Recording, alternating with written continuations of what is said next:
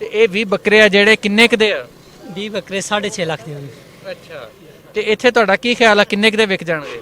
ਉਮੀਦ ਹੈ 7.5 ਲੱਖ ਦੇ ਵਿਕ ਜਾਣਗੇ। ਅੱਛਾ ਬੇਲੀਓ, ਤੁਸੀਂ ਦੇਖ ਰਹੇ ਹੋ ਪੰਜਾਬੀ ਪ੍ਰਚਾਰ ਟੀਵੀ ਤੇ ਮੈਂ ਤੁਹਾਡਾ ਪ੍ਰਾਹੁਣਚਾਰ ਮੀਆਂ ਆਸਫ ਅਲੀ। ਇਸ ਟਾਈਮ ਮੈਂ ਮੌਜੂਦ ਹਾਂ ਸੱਗੀਆਂ ਮੰਡੀ ਦੇ ਵਿੱਚ, ਜਿੱਥੇ ਦੂਰੋਂ ਦੂਰੋਂ ਮਾਲ ਆ ਰਿਹਾ ਵਾ। ਬੱਕਰੇ, ਛਤਰੇ, ਵੈੜੇ, ਵੱਛੇ, ਹਰ ਕਿਸਮ ਦਾ ਮਾਲ ਜਿਹੜਾ ਵਾ ਪੂਰੇ ਪੰਜਾਬ ਤੋਂ ਆ ਰਿਹਾ ਵਾ। ਤੇ ਇਸ ਟਾਈਮ ਇੱਥੇ ਇੱਕ ਟਰੱਕ ਉਤਰਿਆ ਵਾ ਆ ਕੇ, ਟਰੱਕ ਦੇ ਵਿੱਚੋਂ ਬੱਕਰੇ ਲਾਏ ਜਾ ਰਹੇ ਆ। ਇਹਨਾਂ ਨਾਲ ਅਸੀਂ ਗੱਲ ਕਰਦੇ ਹਾਂ ਜੀ। ਕੀ ਨਾਂ ਤੁਹਾਡਾ? ਉਸਮਾਨ हैदर भाई। ਤੇ ਕਿੱਥੋਂ ਆਏ ਹੋ? 100 खिच्ची वाले शहर, ਖਿੱਚੀ ਵਾਲਾ। ਖਿੱਚੀ ਵਾਲਾ ਕਿਹੜੇ ਜ਼ਿਲ੍ਹੇ 'ਚ? जिला भावल नगर से। ਯਾਰ ਬੜੀ ਦੂਰੋਂ ਆਏ ਹੋ। बस उधरों जरा इधर माल ठीक विक जाता है ਅੱਛਾ इस वास्ते। ਅੱਛਾ, ਤੇ ਕਿੰਨਾ ਮਾਲ ਲੈ ਕੇ ਆਏ ਹੋ? 80-20 ਬੱਕਰੇ ਲੈ ਕੇ ਆਏ ਅੱਛਾ, ਜੀ। ਤੇ ਇਹ 20 ਬੱਕਰੇ ਆ ਜਿਹੜੇ ਕਿੰਨੇ ਕੁ ਦੇ ਆ? 20 ਬੱਕਰੇ 6.5 ਲੱਖ ਦੇ ਹਨ। ਅੱਛਾ, ਤੇ ਇੱਥੇ ਤੁਹਾਡਾ ਕੀ ਖਿਆਲ ਆ ਕਿੰਨੇ ਕੁ ਦੇ ਵਿਕ ਜਾਣਗੇ? ਉਮੀਦ ਹੈ 7.5 ਲੱਖ ਦੇ ਵਿਕ ਜਾਣਗੇ। ਅੱਛਾ, ਤੇ ਉੱਥੋਂ ਤੁਸੀਂ ਇਹ ਆਪਣੇ ਬੱਕਰੇ ਲਿਆਂਦੇ ਸਾਰੇ ਜਾਂ ਉੱਥੋਂ ਖਰੀਦ ਕੇ ਲਿਆਏ ਹੋ? ईद भी की कुछ अपने भी आए ने ਅੱਛਾ जी।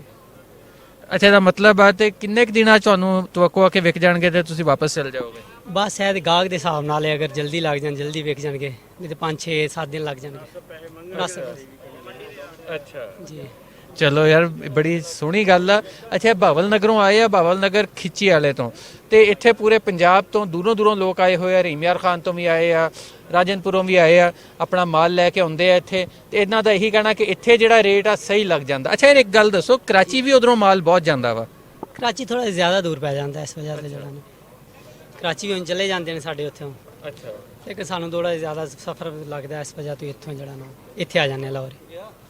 ਹਾਂ, ਇਹਨਾਂ ਦੀ ਗੱਲ ਸਹੀ ਹੈ ਜੀ। ਕਹਿੰਦੇ ਜੀ ਕਿ ਸਾਨੂੰ ਉਧਰੋਂ ਕਰਾਚੀ ਜ਼ਰਾ ਦੂਰ ਪੈਂਦਾ ਤੇ ਅਸੀਂ ਇੱਧਰ ਲਾਹੌਰ ਆ ਜਾਂਦੇ ਆ। ਤੇ ਹਰ ਸਾਲ ਹੀ ਆਉਂਦੇ ਹੋ ਇੱਥੇ? जी हर साल ही आने। ਅੱਛਾ, ਤੇ ਇਸੇ ਸੱਗੀਆਂ ਮੰਡੀ 'ਚ? जी सगिया मंडी, जोहर टाउन, शाहपुर मंडी च भी होने हैं ਅੱਛਾ जी। इस दफ़ा जरा ना पिछले साल भी इत्थे आए सा, ਅੱਛਾ, ऐतकी भी इत्थे आए। इत्थे रेट थोड़ा सही लग जाता है। ਤੇ ਕਿੰਨੇ ਜਣੇ ਆਏ ਹੋ ਤੁਸੀਂ ਬੱਕਰੇ ਲੈ ਕੇ? ਅਸੀਂ 3 ਜਣੇ ਅੱਛਾ, 3 ਜਣੇ। ਜੀ। ਤੇ ਇੱਥੇ ਆ ਕੇ ਖਾਣ ਪੀਣ ਦਾ ਕੀ ਹਿਸਾਬ ਕਰਦੇ ਹੋ? ਖਾਣ ਪੀਣ ਦਾ ਇੱਥੋਂ ਅਸੀਂ ਹੋਟਲ ਤੋਂ ਲੈ ਲੈ ਖਾਣ ਪੀਣ ਜਿਹੜਾ ਹੋਟਲ ਤੇ ਚਲੇ ਜਾਂਦੇ ਆ। ਅੱਛਾ, ਪਰੌਂਠੇ ਪਰੌਂਠੇ ਵੇਚਣ ਆਉਂਦੇ ਨੇ, ਉਹ ਦੇ ਜਾਂਦੇ ਨੇ ਪਕੌੜੇ ਪਰੌਂਠੇ। ਕੋਈ ਇੱਥੇ ਲੈ ਕੇ ਆ ਜਾਂਦੇ ਆ, ਇੱਥੋਂ ਖਾ ਪੀ ਲਈਦਾ ਯਾਨੀ ਕਿ ਇੱਕ ਦਿਨ। ਚਲੋ ਜੀ, ਆ ਸੁਣ ਲਿਆ ਜੀ ਤੁਸੀਂ, ਇਹ ਬੜੀ ਦੂਰੋਂ ਇੱਥੇ ਆਏ ਆ।